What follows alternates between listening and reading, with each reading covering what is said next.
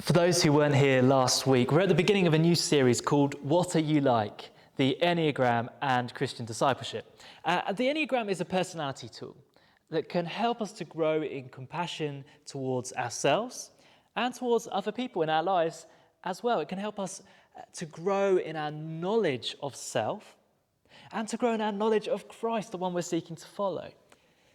Why is it called the Enneagram? Well, Ennea means 9. There are 9 types, and gram as in something drawn or written, like a diagram.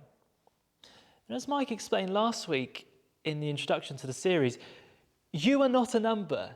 You're not a number, okay? We all have all the numbers, but subconsciously we lean heavily into one particular number, and it becomes a persona, a mask that we wear that helps us to survive in this world, a very complicated world.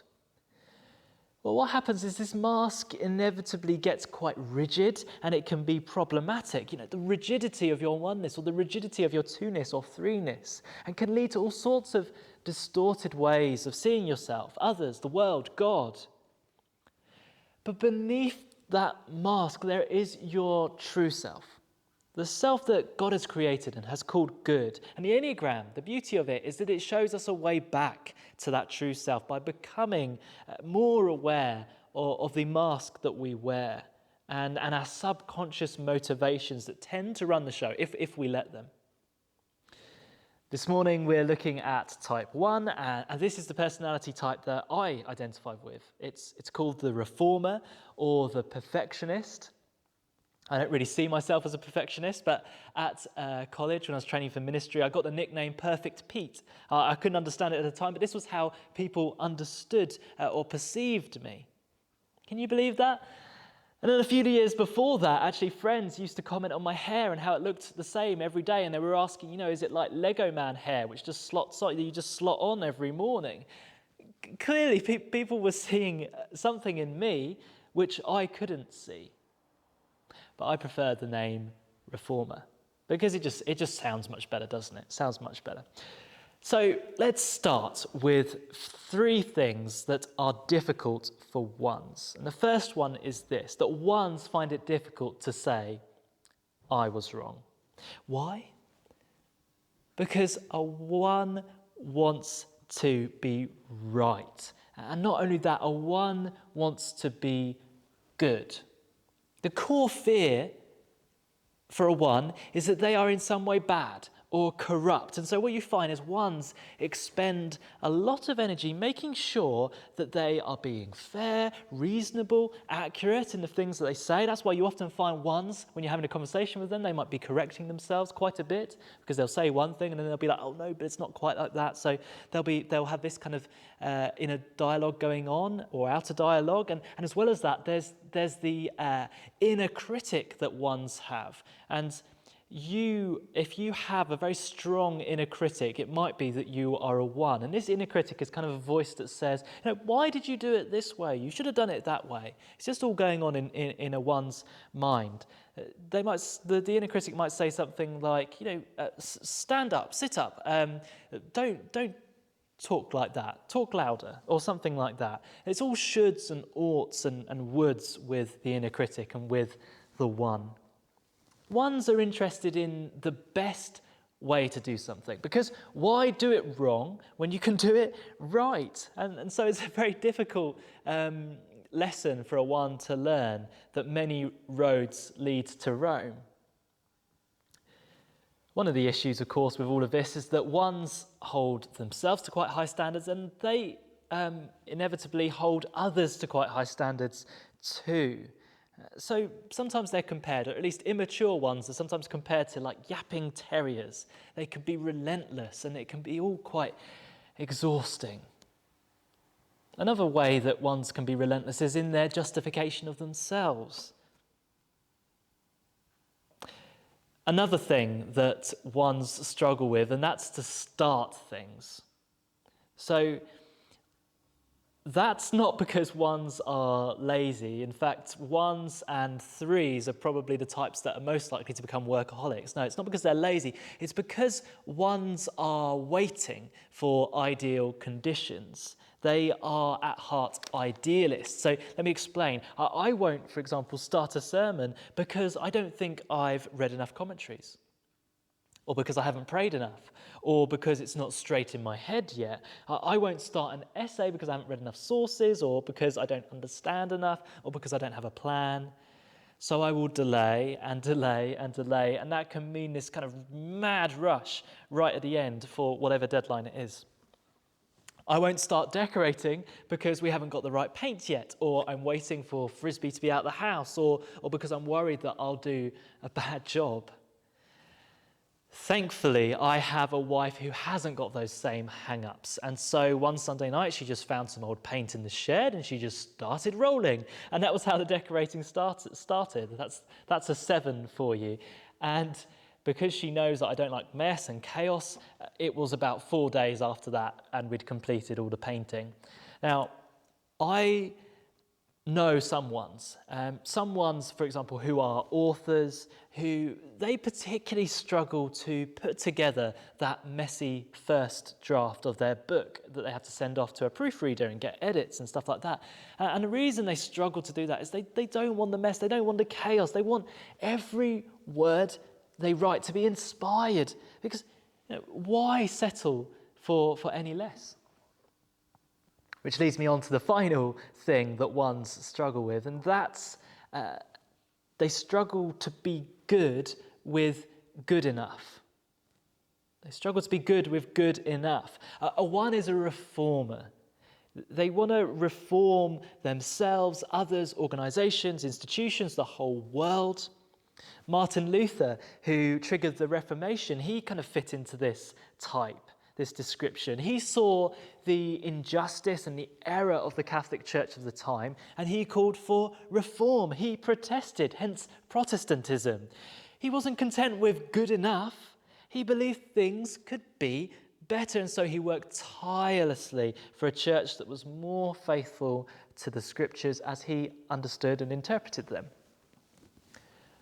Ones are idealists. They dream dreams and then they work for reform. They dream dreams of justice, peace, reconciliation, perfection, beauty, and then they work to make those dreams a reality.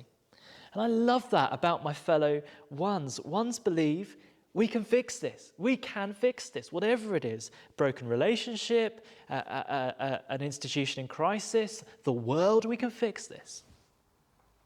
So there you go. 3 things that are difficult for ones. And you might be thinking, that doesn't sound too bad. There's some good, there's some bad. Well, let me just tell you that it gets a lot worse. There is a dilemma that ones experience, and we'll get to that in just a moment. First of all, though, let's just take a few minutes to look at what ones look like in stress and in security.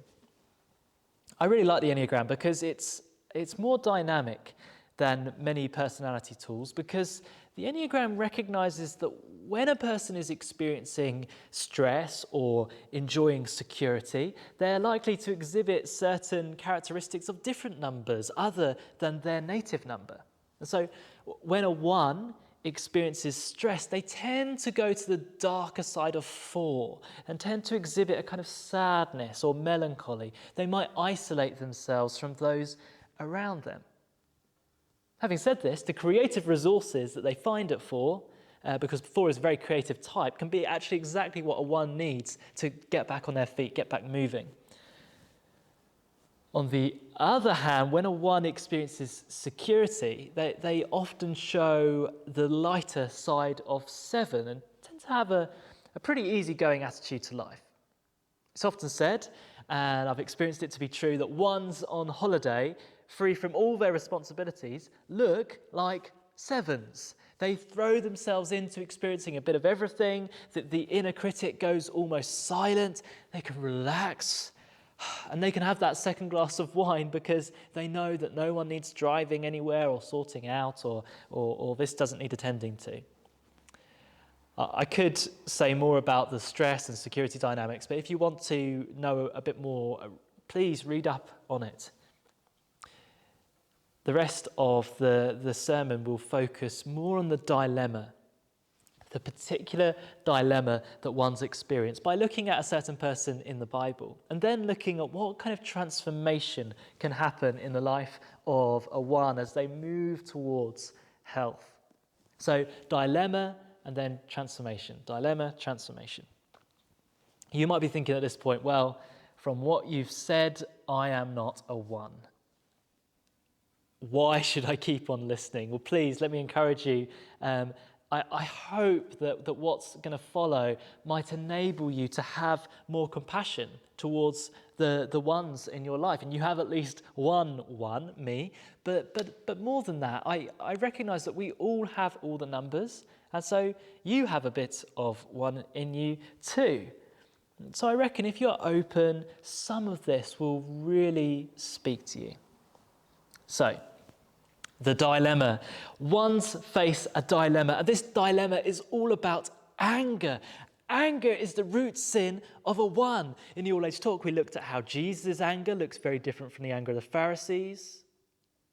Immature ones tend to look more like Pharisees than Jesus, and yet the funny thing is many ones, they don't even realise that they have any anger, that they're ashamed of even the idea that they have anger.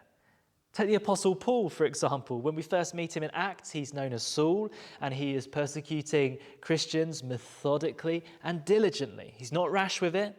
He was, quote, going from house to house, dragging men and women off to prison. I think it's very unlikely that Paul would have described his efforts as angry.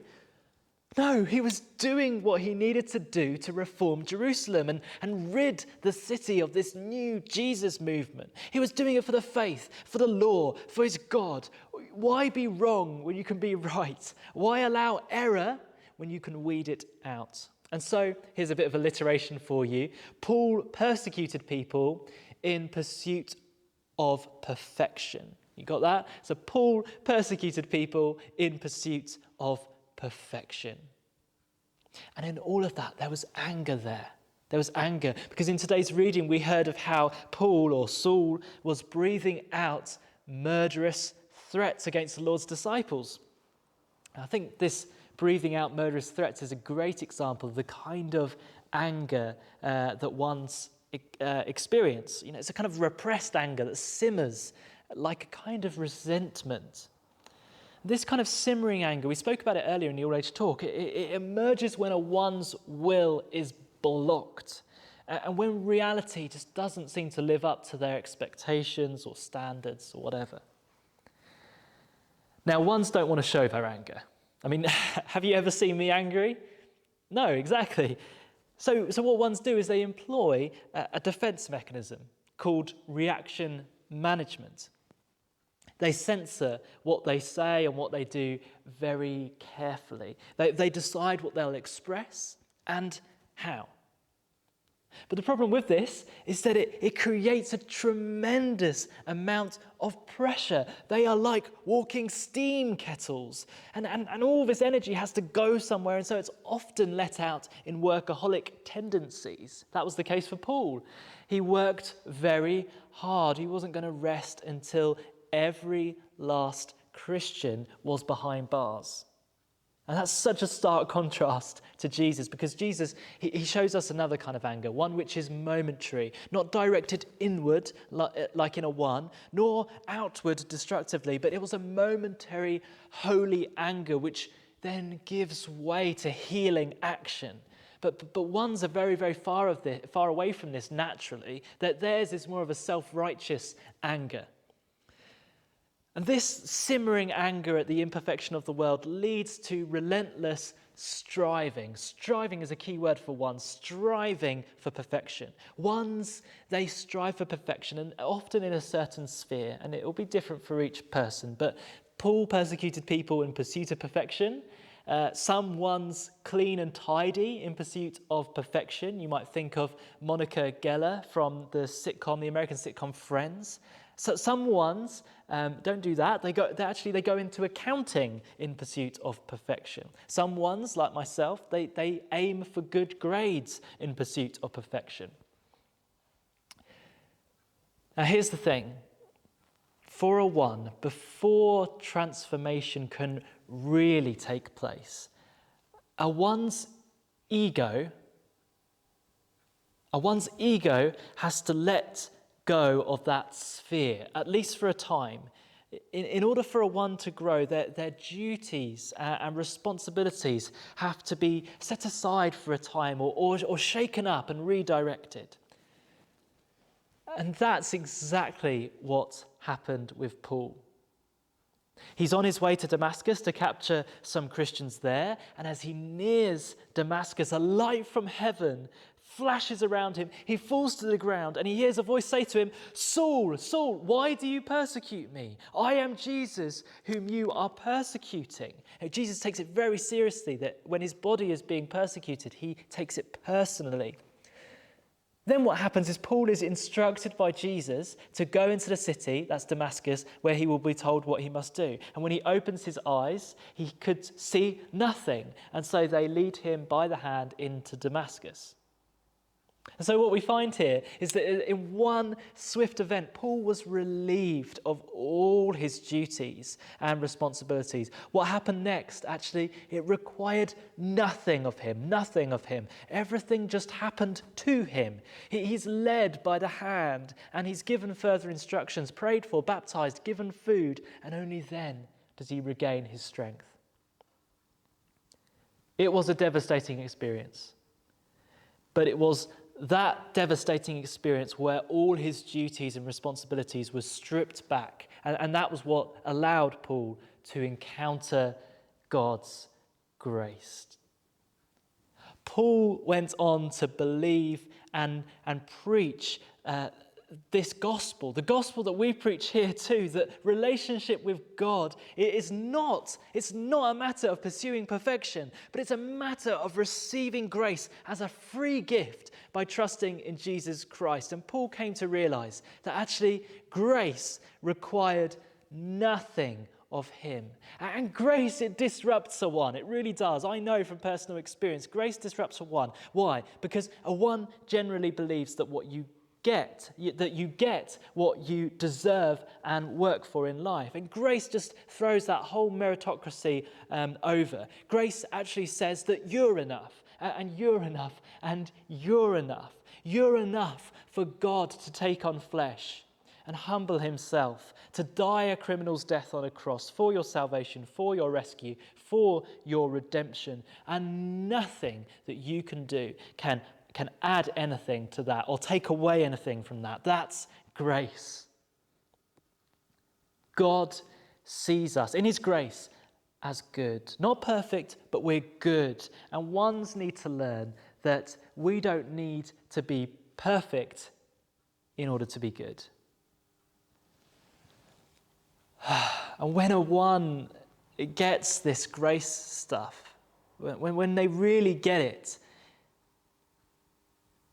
they find that there's room in their lives for the virtue of serenity to grow.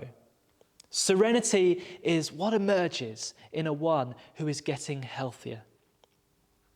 They're able to start accepting themselves and the people around them and the whole of reality, imperfections and all. The Apostle Paul, he's a great example of this. Actually, later on in his life, he is able to accept his weakness, his thorn in the flesh, because he has come to, he says, delight in weaknesses, in insults, in hardships, in persecutions, in difficulties. Why? Because God's grace is sufficient for him. God's power is made perfect in his weakness. Paul comes to see that when he is weak, then he is strong. It makes no sense, but when he is weak, then he is strong. Weak is the new strong. And the imperfections are no longer things to simply be eradicated. No, they are opportunities for God's strength to do its thing. There's a Leonard Cohen song that goes like this: "Ring the bells that still can ring. Forget your perfect offering. There is a crack in everything. That's how the light gets in." There is a crack in everything. That's how the light gets in. From Paul's story, we learn that grace is the path from anger-motivated perfectionism to serenity. And I'm not saying that I'm there. I'm probably more like there or something. But I know that the way there is grace. And in order to receive grace, we just have to get out of the way. Or our ego, or at least our ego has to kind of let go. And that's what happened on the road to Damascus for Paul. Thankfully, it doesn't always have to be such a traumatic experience. If you have a feeling you might be a 1, that actually there are some things that can help you grow. Prayer, love, and nature. Let me say a little bit about each of these. Prayer, it's an invitation to let go of the voices of duty and responsibility and inner critic and just drop down into God, the one who loves you, regardless of your perfection or lack. Prayer is a way to routinely let go and let God, to use the popular phrase, to shake off the ego's grip, because only God's love can really do that. And prayer is our saying yes to that. And as we encounter God's love in prayer, we also need to grow in our expression of that love, because ones, like all of us, have to love each and every day. Love a sunset, love a friend, love a spouse, love a dog. Because when we do, our inner critic kind of has to go quiet, because when we're loving, when we're actively loving, we're not wishing something was more perfect, are we? We're just loving for love's sake, or it's not love. And finally, nature. Nature can help a 1, because in nature we find beauty that has nothing to do with our pursuit of perfection. The spring flowers just start coming up. Nothing to do with me. I didn't do it. And in nature, things grow gradually. They're on the way. They don't have to be perfect to be beautiful. And ones need to learn this, that the things don't need to be perfect to be beautiful. Nature reminds us that there is time to grow. Because God, who imagined these natural patterns, gives us time to grow. He is such a patient God. He is a serene God. He's patient with you. He's so patient with you. As I come to close, just one more word about anger, because it's so central to the 1. Please know this, that serenity is not just another opportunity for a 1 to repress anger. It could sound like, oh, lovely, instead of anger, I can be serene, and that means I don't need to, think about my anger. But that's not the way it works. Actually, serenity allows us to hold the anger for a moment, like Jesus, without burying it down or letting it harm others. And yet, at the same time, serenity not only does it teach us to hold the anger, but also shows us and helps us to know when to let go. And this is something that we learn. When to let go, even of holy anger, even of righteous anger, even of just anger.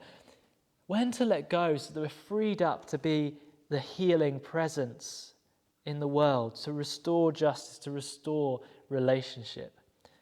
And I see all of that in who Jesus is. And ones will be at their best as they seek to mirror Jesus. And all the numbers will be at their best as they seek to mirror Jesus. So ones, if you're out there, it's all about grace. We'll get it wrong at times. Yep, absolutely. Daily, we'll get it wrong. There'll be mess, there'll be chaos, but it's nothing that God and you with God can't handle. So just relax, let it go. Don't take yourself too seriously. Keep loving, keep dreaming those dreams of justice, and don't forget to enjoy yourself. Amen.